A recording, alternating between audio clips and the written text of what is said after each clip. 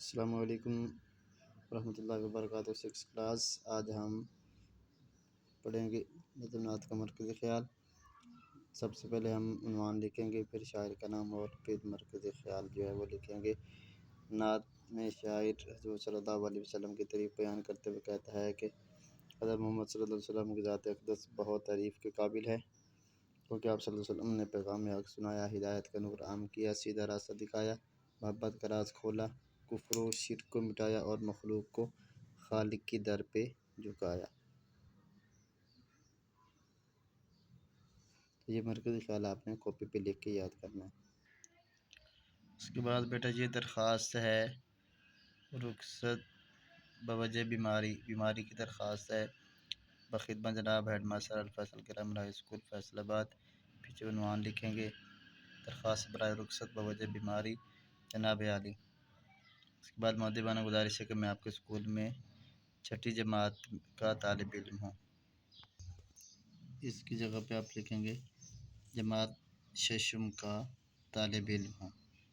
پچھلے 2 دنوں سے مجھے سخت بخار ہے، طبیب سے دوائی لینے کے باوجود میرا بخار کم نہیں ہوا، سر میں شدید درد اور کمزوری کی وجہ سے چلنے پھرنے سے قاصر ہوں، مہربانی فرما کر مجھے مورخہ 8 تا 9 مئی کی رخصت عنایت فرمائیں تاکہ میں جلد صحت یاب ہو جاؤں۔ نوازش ہوگی، العارض پھر 7 تاریخ آپ نے لکھنی ہے، آپ کا فرمانبردار نام، اپنا نام لکھنا ہے، جماعت یہاں پہ اپنے جماعت کا نام لکھنا ہے اور یہاں پہ اپنا رول نمبر لکھنا ہے۔ یہ اپنے کاپی پہ لکھ کے اس کو جو ہے وہ یاد کرنا ہے۔ اس کے بعد یہ آپ کا نردبان کا پیج نمبر 5 ہے، کہانی نویسی۔ درجہ اشاروں کی مدد سے مکمل کہانی لکھی۔ یہ جو ہے اس نے اشارے جو ہے وہ دیے ہوئے ہیں، ان کی مدد سے ہم نے اس کہانی کو مکمل کرنا ہے۔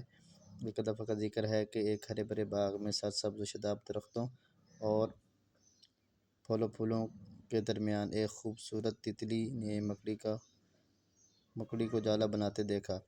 اسی دوران ہوا کا ایک تیز جھونکا آیا اور مکڑی کا جالے سے بنا ہوا گھر ٹوٹ گیا۔ یہ منظر تتلی دیکھ رہی تھی۔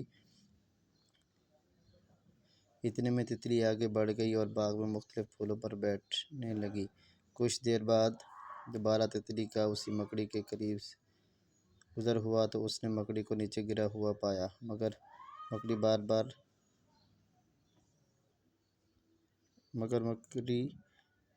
مکڑی ہار ماننے والی نہ تھی۔ یہ منظر تتلی نے بھی دیکھا اور مکڑی کے ساتھ افسوس کیا، لیکن مشکل کے باوجود مکڑی پھر سے جالا بنانے میں مصروف ہو گئی۔ اب شام کا وقت ہو چکا تھا۔ تتلی نے دیکھا کہ مکڑی نے مسلسل محنت کے ساتھ اپنا کام مکمل کر لیا اور خوبصورت جالے کا گھر تیار کر لیا۔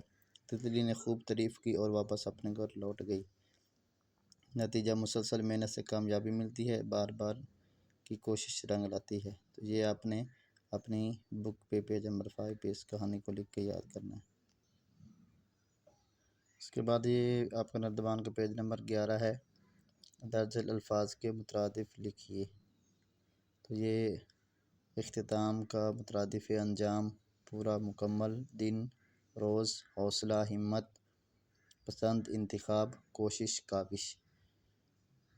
الفاظ کے معنی، اہتمام، اس کا معنی ہے انتظام، بندوبست، ماہ، چاند، قمر، مہتاب، باریک، پتلا، لطیف، تہوار، روز مسرت، حوصلہ، ہمت، طاقت، اختتام، خاتمہ، آخر۔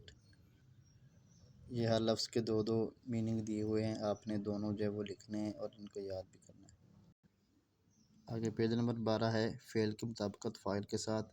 درجہ جملوں میں مذکر اسموں کو مؤنث اور مؤنث اسموں کو مذکر بنا کر جملہ دوبارہ لکھیے اور ضروری تبدیلیاں بھی کیجیے۔ تو یہ آپ نے مذکر کو مؤنث میں بدل دینا ہے اور جہاں پہ مؤنث ہے اس کو مذکر میں بدل کے یہ آپ نے مکمل جو وہ کام کر لینا ہے خود سے اپنی بک کے اوپر۔ یہ انتہائی آسان ہے، جیسے اس نے مثال بھی دی ہے، لڑکا دودھ پیتا تھا، تو لڑکا جو ہے یہ مذکر ہے، آگے لڑکی یہ مؤنث ہے، یہاں پہ پیتا تھا تو یہاں پہ آ جائے گا پیتی تھی۔ اسی طرح باپ بیٹے سے بات کر رہا تھا، تو باپ کی مؤنث ماں آئے گی، بیٹا کی مؤنث بیٹی آئے گی، تو ماں بیٹی سے بات کر رہی تھی۔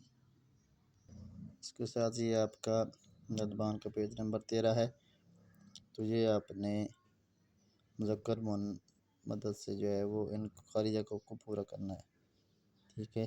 یہ آپ کے سامنے ہے، آپ نے اس کو دیکھ کے اپنی بک کے اوپر کام جو ہے وہ مکمل کر لینا ہے۔